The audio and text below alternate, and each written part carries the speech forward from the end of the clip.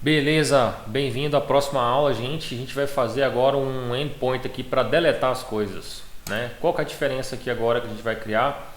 Aqui a gente está com o método update user. Eu vou salvar para ele mostrar aqui para você que é put. A gente vai duplicar esse cara e aqui eu vou fazer um delete, ok? E aqui eu vou colocar o método delete. Vou salvar esse cara aqui. Normalmente, pessoal, o delete você não manda coisas no body assim, tá bom? Normalmente você vai ver deletes dessa forma aqui que eu vou te mostrar. Você vai ver deletes assim, ó. Você vai ver um delete, por exemplo, user, e daí você vai colocar, por exemplo, barra, e aqui você vai colocar o ID do user. Tá bom, pessoal? Tá aqui o ID do user. Então tá aí, ó. Você vai ver normalmente postagens dessa forma. Se eu der um send aqui agora, ele não vai funcionar. Porém, a gente tem que criar a rota lá, né? Igual eu falei para vocês, a gente vai na API, vou clicar aqui, vou vir no delete e aqui eu vou colocar teste. Como é que tá lá, gente? Como é que a gente colocou o nosso endpoint aqui? Teste delete e depois o ID do usuário. Teste delete, depois o ID do usuário, ok? ID do usuário aqui, a gente vai colocar delete user e aqui no nome da rota delete user, tá bom? Tá aqui então, tá criado, show. A gente vai vir aqui agora, eu vou só colocar isso aqui pra gente lembrar, vou duplicar essa parte do código onde a gente está chamada. Aqui eu vou colocar delete user, ok? Então ali está o parâmetro ID. Será que se eu botar ID aqui ele vai pegar? Vamos fazer um teste? Request ID. Beleza. Vamos lá agora no Postman e vamos fazer um send. Olha só. Opa. Name. Sim. Pronto. Então. Olha só para vocês verem o que aconteceu aqui. Ali eu estou pegando o ID, tá vendo? Por que eu estou pegando aquele ID louco daquele jeito? Porque eu estou passando ali daquela forma. Normalmente você iria passar o que? O ID do usuário, né? Então se você colocou o ID do usuário ali e deu um send, tá aqui o ID do usuário. Rafael, por que ele está vendo string? Porque a comunicação entre a chamada que você está fazendo e a leitura do parâmetro lá dentro, automaticamente vai converter ele para string.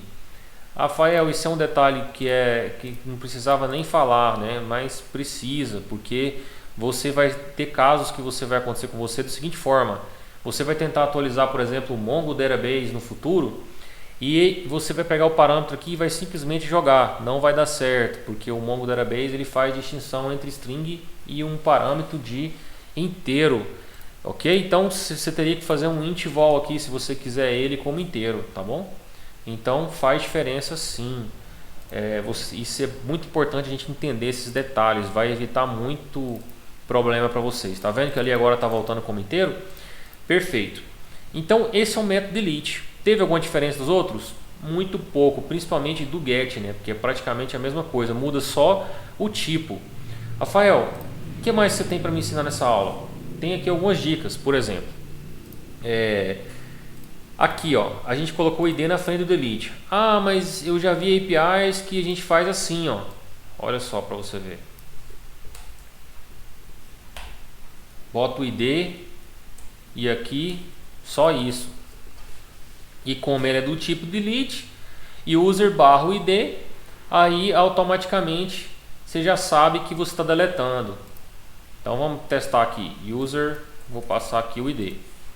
Estou fazendo então o delete, ele está me retornando o ID aqui, certo? Na vida real, né, normalmente a gente não retornaria esse exemplo que a gente está retornando aqui para vocês, ó, pessoal. A gente retornaria só um status ok, né, e pronto. Seria mais ou menos assim, ó. Se você ia receber mais ou menos assim, ó, tipo status, e aqui algumas APIs tem API de todo tipo, você retornaria um ok, você retornaria um código para o cliente.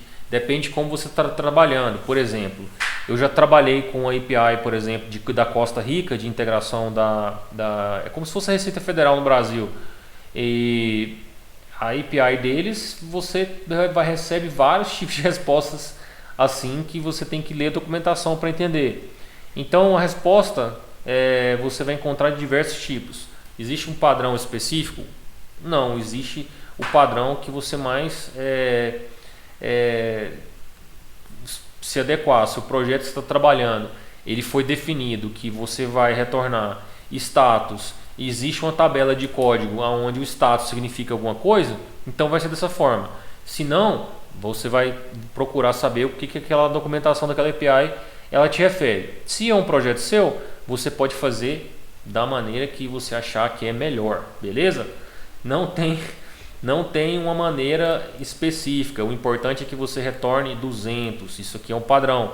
Então, se a resposta deu ok, você vai retornar um 200. Se a resposta não deu ok, você vai retornar outros códigos. Daí a gente pode aprender numa aula específica sobre códigos HTTP. Né? Por exemplo, você vai para 400 aqui não encontrou.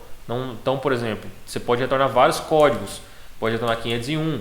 Então, se você quiser saber mais, sem a gente fazer uma outra aula específica para isso, basta você pesquisar por códigos de respostas de HTTP, ok? Por enquanto, tudo aconteceu tudo aos conformes que a gente queria, né? Que era pegar o request. Aqui você faria a lógica de deletar o usuário, tá bom?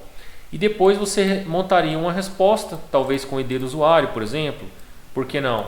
Às vezes o pessoal do front-end fala assim: ah, Rafael, eu gostaria que quando você deletasse, você retornasse o ID do usuário, porque eu vou anexar no React componente e fazer isso, isso, aquilo. Não tem problema. Rafael, eu gostaria que fosse com o ID maiúsculo. Também não tem problema. Você vai definir como é a maneira melhor para você trabalhar, se o projeto é seu.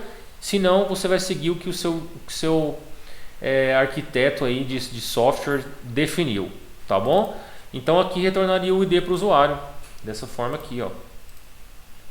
Ah lá, retornou um status code e finalizou a resposta. Tá bom? Até a próxima aula e a gente vai seguindo aqui bem rápido.